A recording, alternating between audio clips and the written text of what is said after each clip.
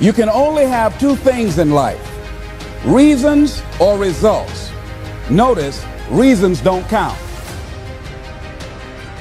Folks will always point out reasons on why they're not living their dream, on why they're not manifesting their greatness. They will always be able to point those things out, but none of those things count.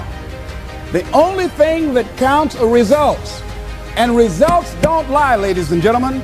They tell it all. Judge a tree by the fruit that it bears, not the ones that it might talk about, not the ones that it might wish for or think about or affirm about, but the fruit that it actually bears. I don't think that as a participant in life, you cannot be committed. You're either committed to mediocrity or you're committed to greatness. You're either committed to being productive or you're committed to being non-productive. You're committed to being happy or you're committed to being unhappy. See, whatever you're doing, however you spend your time, that tells you who you are. So think about what it is you like to create in your life experience. Once I look at how you commit your time, once I do an evaluation on how you spend your time, I can tell you exactly what you're committed to. People that say they have dreams or want to open a business or want to do something differently than what they're now doing, they don't like their jobs, they're unhappy, they're unfulfilled. People who say they want to improve their income level, look at how they spend their time. How they spend their time, the commitment of their time, how they use that will really tell the truth. You know, when you have this public platform when millions of people follow you and all these things, like they're in your life, it's hard because you have to put on a facade sometimes to let people know that you're okay. But I said, forget that. I'm going to be transparent. I'm going to be real. And I want to say this while it's on my heart. Your transparency will lead to other people's transformation.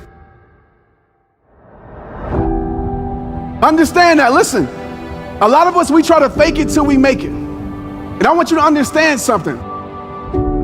When you leave here, there will be people that place their impossibilities on your life. They're going to tell you what you can't be. They're going to tell you what you can't do. They're going to tell you what you can't heal from. They're going to tell you what you can't grow from. And a lot of us, we are too good at taking advice from people who have never been successful at what we're trying to be successful at.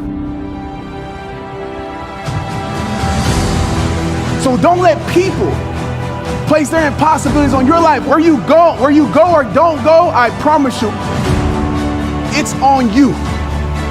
It's your responsibility. Take the power out of whatever excuse that you are given the power to. Take it back and realize that you are enough.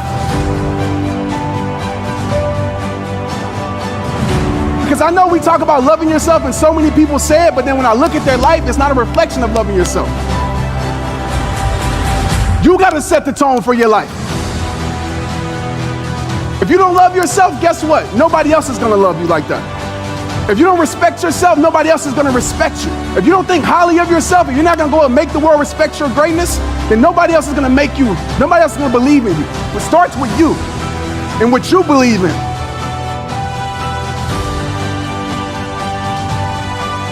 When you're hungry for your change, you don't say easier said than done. You say no matter how hard it may be, no matter how impossible it may seem, I'm going to get it done because my life depends on it.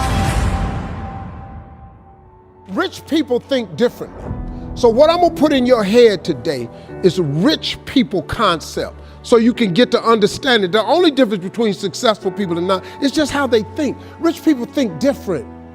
Quit letting people tell you you got to get qualified in another program. You don't need another program to be successful. You need to change the way you think. The problem with becoming a millionaire is that when you decide that you want to be a millionaire, you immediately start thinking, how can I become a millionaire? Well, that thought don't just pop into your head, so you get frustrated and you don't become a millionaire. And you start creating stuff like, well, I guess this wasn't the Lord's will, or as soon as I think of how I'm gonna make $1 million. You can't think of how to make $1 million. Stop. Do you know if you knew how to make $1 million, what's today, Tuesday? Wouldn't you make it by Friday? Would not you make it by Friday? But suppose I told you how you can become a millionaire with what you have. Because here's the deal. All of you have everything it takes to become rich. You just don't believe it. All of you have a gift. God gave it to you when he created you. God never created a single soul without giving him a gift. That's the God that created you. He's a very smart God. Here's the cold thing. When he made you, he put the gift inside of you. He didn't hide it under the ocean. It ain't on the mountain nowhere. It ain't under no rocks. You ain't got to go drilling. God put what you needed inside of you at birth. All of you have a gift. But you have got to do your gift. The thing God gave you at birth to do. It is the thing that you do the absolute best with the least amount of effort. That's your gift. Anything else you doing, you wasting your time. Winning doesn't make you heartless, but it teaches you to use your heart less. Mind over feelings. Winning requires you to be different, and different scares people. So if you're worried about what others will say, the long-term effects, the sacrifices you'll make, the sleep you lose, your family being angry, I can't help you with that. There's nothing, quote, typical about lifestyle and choices you have to make. Your mind has to be stronger than your feelings. Your feelings keep you in bed. Your mind tells you, get up. Every single one, your mind has to be stronger than your feelings. Listen, it's not the popular decision. You are going to hurt. You are going to piss a lot of people off. Are you going to piss them off for the short term? Or are you going to piss them off for the long term? Winning is inside all of us, but for most, that's where it will stay, trapped under a lifetime of fear and worry and doubt. The race to greatness has no rules to protect you. Nothing says you're going to lose. Nothing says you're not going to get hurt. You're not going to do all this work for nothing. There's no guarantee it'll be fair. Most likely it will not be fair. You'll lose at the buzzer. You lose to someone who didn't work as hard as you did. You lose on a bad call or a bad place. Someone else will get the job. A pandemic will wipe out your season. Yet, the prize at the end of that race remains so compelling, so addictive, so gorgeous, we keep running and stumbling and sacrificing and competing to catch it.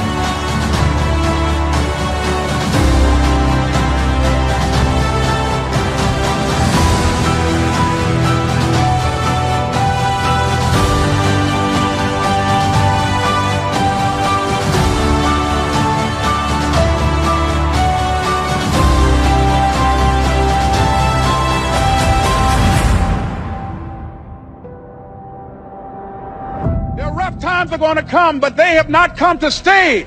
They have come to pass. It's very important for you to know that. Don't say I'm having a bad day. Say I'm having a character building day.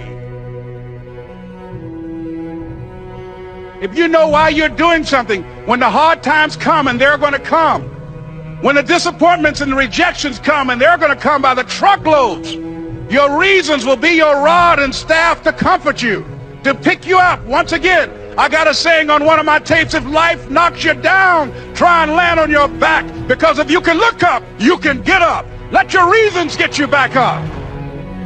In the process of working on your dreams, you are going to incur a lot of disappointment, a lot of failure, a lot of pain, a lot of setbacks, a lot of defeats. But in the process of doing that, you will discover some things about yourself that you don't know right now. What you will realize is that you have greatness within you. What you'll realize is that you're more powerful than you can ever begin to imagine. What you will realize is that you're greater than your circumstances, that you don't have to go through life being a victim. As you go toward the future, begin to know that you have greatness within you. And if just one of you here begin to envision yourselves as being blessed and highly favored to reach your goals, and if you gladly sweat for it and fret for it and plan for it and lose all your terror of the opposition for it, And if you simply go after that thing that you want with all of your capacity, strength and sagacity, faith, hope and confidence, and stern pertinacity, if neither cold poverty, famish or gall, sickness or pain or body and brain can keep you away from the thing that you want, if dogged and grim you besiege and beset it, with the help of God you'll get it. You can make your parents proud. You can make your school proud. You can touch millions of people's lives, and the world will never be the same again because you came this way. Well, you don't know how you're going to make this happen, but you just feel within yourself some way, somehow, with the help of God, I'm going to make it happen. I don't know what that dream is that you have. I don't care how far-fetched it might appear to be. I don't care how disappointing it might have been as you've been working toward that dream. But here's what I know, that dream that you're holding in your mind, it's possible. Sometimes we can't say, I can do that. But what we can say, that it's possible that I can have my dream as we run toward it, as we work on it day in and day out. Your dream is possible. It's necessary to know that everybody won't see it, that everybody won't join you, that everybody won't have the vision. It's necessary to know that a lot of people like to complain, but they don't want to do anything about their situation, that no one can do it for you but you. And even though you face disappointments, even though you will experience some setbacks, it goes with the territory. You must understand that. You must be unreasonable, because logical, practical thinking says you can't do it today. But if you want to produce unreasonable results in your life, like living your dream and taking charge of your destiny, you've got to be an unreasonable person. You've got to be an uncommon person. It's you. You've got to take personal responsibility. You've got to make it your personal business to make it happen. And you've got to resolve within yourself that you are an uncommon breed. You have to know within yourself that I can do this. Even if no one else sees it for me, I must see it for myself. The people that are living their dream are finding winners to attach themselves to. The people that are living their dreams are the people that know that if it's going to happen, it's up to them. And they're resolving within themselves, it's not over until I win. The people that are running after their dream know they're going to have hard times. They keep on running because they're saying within themselves, I'm the one. No matter how bad it is or how bad it gets, I'm going to make it. The people that are running after their dreams are the people that are hungry. You got to be hungry. Most people don't work on their dreams. Why? For many years I didn't. One is because of fear. The fear of failure. What if things don't work out?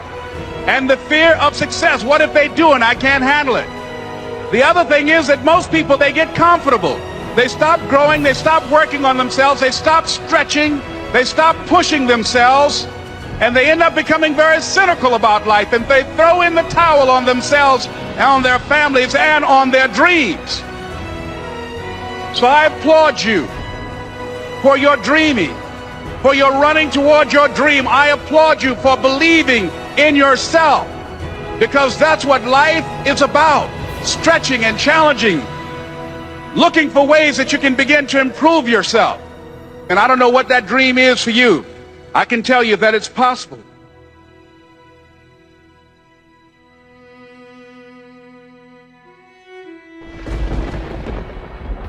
Give yourself permission to be great.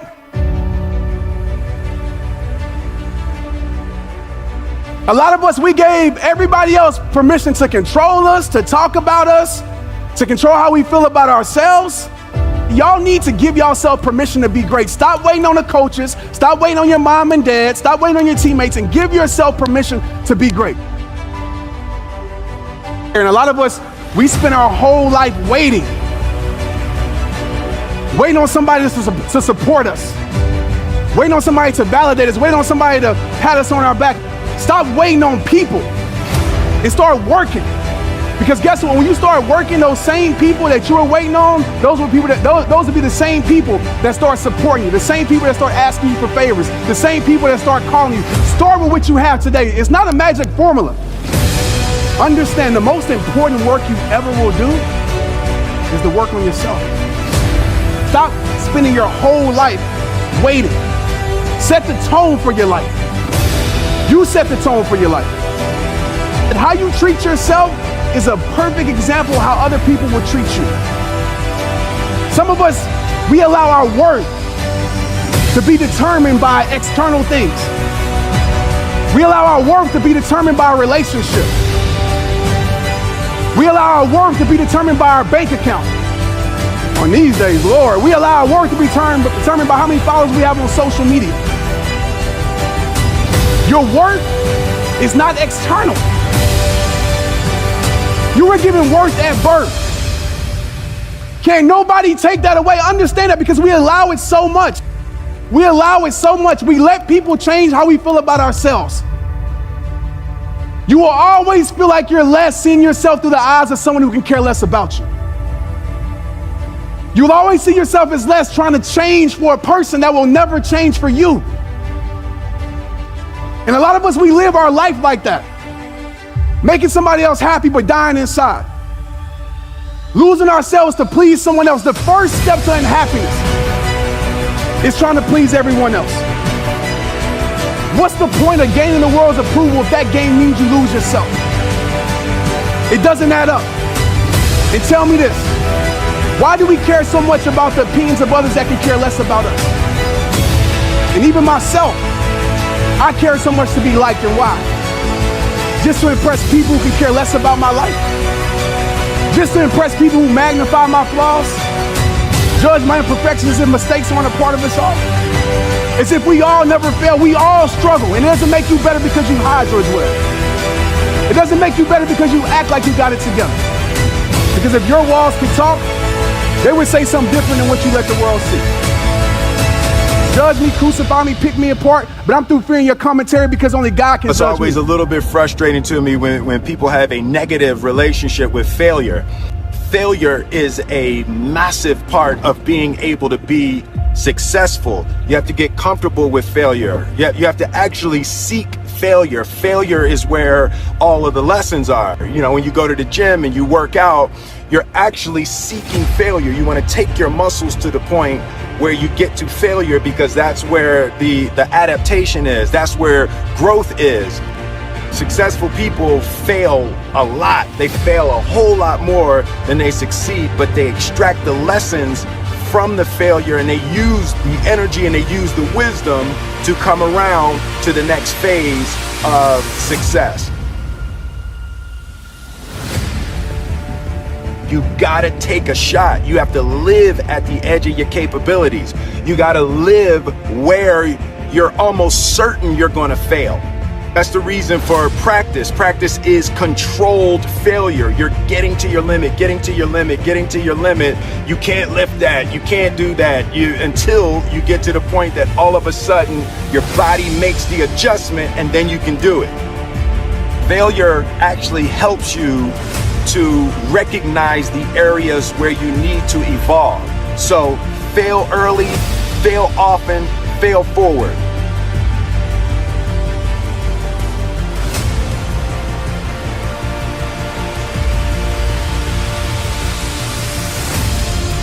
"99% of people that say stuff like that are not willing to do what it takes to make their dreams come true."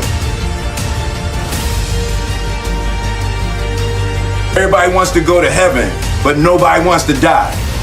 And that's just real. At the center of bringing any dream into fruition is self-discipline. You know, something as simple as food and eating is not about your body as much as it is about your mind. It's getting command of your mind to be able to choose actions that are in your own best interest. Every day we are choosing shit that's not in our own best interest. The world is attacking you and the world wants to fight you and the world's trying to hold you down. So you gonna kick yourself in the balls? So you gonna stop yourself from getting what you dream. Self-discipline is the center of all material success. Cannot win the war against the world if you can't win the war against your own mind. You see, the thing about chasing a product, and what the product is money. The product is a house, the product is a car. The thing about chasing a product, the product can always change. And if your performance is always based upon the product, what happens when the products change and you don't take pride in what you do? But the thing about loving the process, everybody wants the prize, but nobody loves the process. Everybody wants to be a champion, but nobody's willing to put in the work that it takes to be a champion. Everybody wants to hold up the trophy and say, man, I did it, but nobody's willing to put in the work that it takes to do it. I love the process. I love the thought of working for what I want. And I firmly believe you're never supposed to wish for it more than you're willing to work for it. Your expectations never supposed to exceed your effort. But a lot of people, they wish, and they're not willing to work. And the great thing about life has a funny way of testing all of us and seeing how bad we really want what it is that we say we want. Because the thing I know about people can talk the talk. And people do it very well. But life is going to hit you with a certain level of opposition. Life is going to hit you with a certain level of adversity. And life is going to say to you, you said you wanted it, now let's see how bad you really want it. But the great thing about it, if you love the process, when opposition and adversity hits, you will have a way of embracing it and using it, not only for yourself, but you will use it to make everybody that's connected to you stronger, because your vision has to be larger than yourself. If everything that you do is just about you and for your personal gain, something's gonna come up against you that's gonna be a lot tougher than you. And if it's just about you, the moment you hit it, you're gonna quit and give up every time. The harder you work, the harder it is to surrender. And I'm not just talking about business, I'm talking about winning simultaneously in every aspect of life. I'm not concerned with a person that does well in one aspect of their life and they can hang their hat there and say, man, I made a lot of money. You made a lot of money, you're a public success, but you're a private failure. What good is it to make a lot of money and you don't want to go home to your family? What good is it to make a lot of money and you don't take care of your kids? What good is it? You're a public success, but you're a private failure. And so how can we win simultaneously and take pride in everything that we do?